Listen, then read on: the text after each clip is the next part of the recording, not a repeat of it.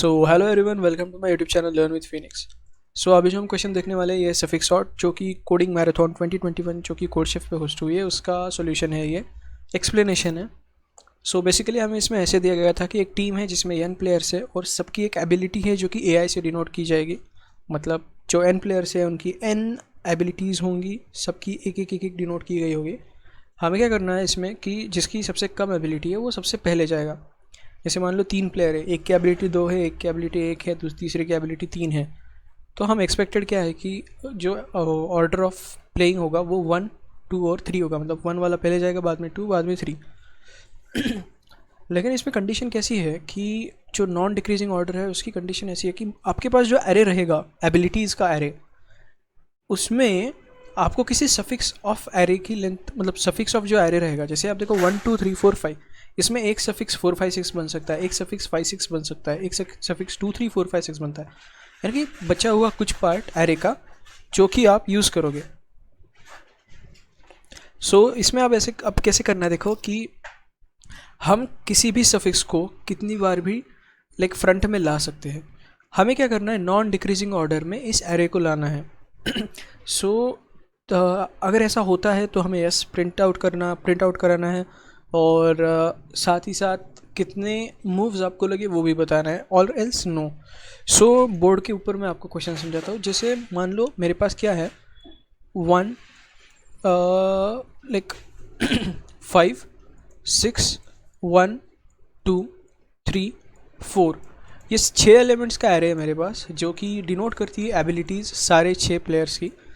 सबसे पहले कंडीशन क्या है कि क्या मैं शफल के बाद सॉर्टिंग कर सकता हूँ कि 1 2 3 4 5 6 एक लाइन में आ जाए? क्या ये पॉसिबल है शफल्स के बाद? शफल्स कैसी है, एक सफिक्स को उठाओ उसको सामने लेके आओ। जैसे 1 2 3 4 5 को उठाया और सबसे स्टार्टिंग में ला दिया तो 5 6 ऑटोमेटिकली पीछे जाएंगे और 1 2 3 4 5 6 आपके पास रिजल्टेंट आ जाएगा। देखो कि मान लो एक ग्राफ में बना रहा हूँ, ठीक है, ये एक्स एक्सिस है, ये वाई एक्सिस है। तो कंडीशन क्या रहेगी, जो सबसे मैक्स एलिमेंट है ना वो पीक पे एक ही बार आएगा, उसके बाद एक बार भी नहीं आएगा। जैसे यहाँ पे 5 आया, ठीक है, वाई अगर एलिमेंट पे वाई एक्सिस पे अगर एबिलिटीज डिनोट होती 5 आएगा, फिर 6 आएगा, फिर 1 2 3 4। ये जो पीक आ रहा है ना, ये पीक के बाद कोई भी एलिमेंट उससे बड़ी नहीं आनी चाहिए। अगर उससे बड़ी आती है तो आप कितने भी चाहे शफल्स कर लो, आप नहीं कर पाओगे सॉल्यूशन, ठीक है। यही था, हम वही चेक करेंगे। और जब अगर मतलब अगर आपने चेक किया और आपको पता चला कि हाँ ये शफल होने के बाद ये हुआ जा सकता है, पीक एक ही बार आ रहा है, तो आपको बस एक ही मूव लगेगी, क्योंकि जो भी उस पीक के बाद के सारे एलिमेंट्स रहेंगे आप उन सब को उठा के उसके मतलब स्टार्टिंग में ला के रख सकते हो। वो एक ही मूव रहेगी, उसमें ही आपका 1 2 3 4 5 6 ये बन जाएगा, जो कि एक जो एक्सपेक्टेड कंडीशन है उससे मैच भी हो जाता है। अब देखो दूसरी कंडीशन क्या हो सकती है, 2 1 3 ये एबिलिटीज़ है। अब मैं इसको शफल एक एक से कर दूंगा, ठीक है। जैसे क्या करूँगा, 3 2 1 हो सकता है, या फिर क्या हो सकता है 1 3 और 2 हो सकता है। आप कुछ भी कर लो, लेकिन 1 2 और 3 आपको नहीं मिलेगा अगर सफिक्स को उठा के आप सामने रखते हो तो। इस केस में आपको नो आउटपुट कराना था। आपको लॉजिक तो समझ में आया कि किस केस में होगा और किस केस में नहीं। अब हमारे पास आते कि यार मूव्स कितने लग सकते हैं। देखो जैसे हमने कंडीशन कौन सी अभी चेक कौन सा किया, 1 2 3 4 और 5 6। अगर ऐसा एरे होगा तो ऑब्वियस सी बात है आपको बस एक ही मूव लगेगी। जो भी पीक के बाद के सारे एलिमेंट्स होंगे आप उनको ला के सामने रख दोगे, आपकी कंडीशन सेटिस्फाई हो जाएगी, तो बस एक ही मूव रहेगी। और दूसरी कंडीशन कौन सी हो सकती है, जैसे 1 2 3 4 ये ऑलरेडी सॉर्टेड है, ऑलरेडी उसी ऑर्डर में है जिस ऑर्डर में एलिमेंट्स मतलब प्लेयर्स की जो एबिलिटीज़ है वो ऑलरेडी रिक्वायर्ड ऑर्डर में, तो आपको कुछ चेंज करने की ज़रूरत नहीं है, बस 0 मूव्स के साथ आप आंसर को प्रिंट आउट कर सकते हो। और तीसरी केस क्या हो सकती है जिसमें पॉसिबल ही नहीं है ना।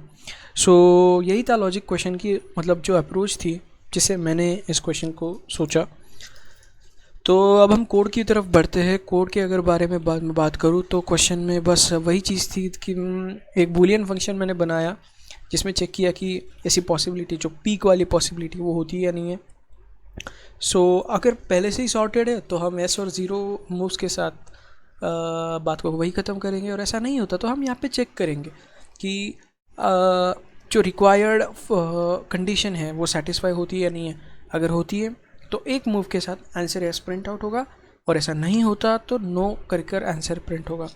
सो thanks a lot for watching guys, I hope आपको समझ में आया होगा। अगर आपकी कोई हेल्प हुई होगी तो आप चैनल को सब्सक्राइब कर सकते हो। जल्द ही 100 सब्सक्राइबर्स होने वाले हैं। मैं जानता हूँ नंबर काफ़ी छोटा है, बट स्टिल 100 तो हो ही रहे।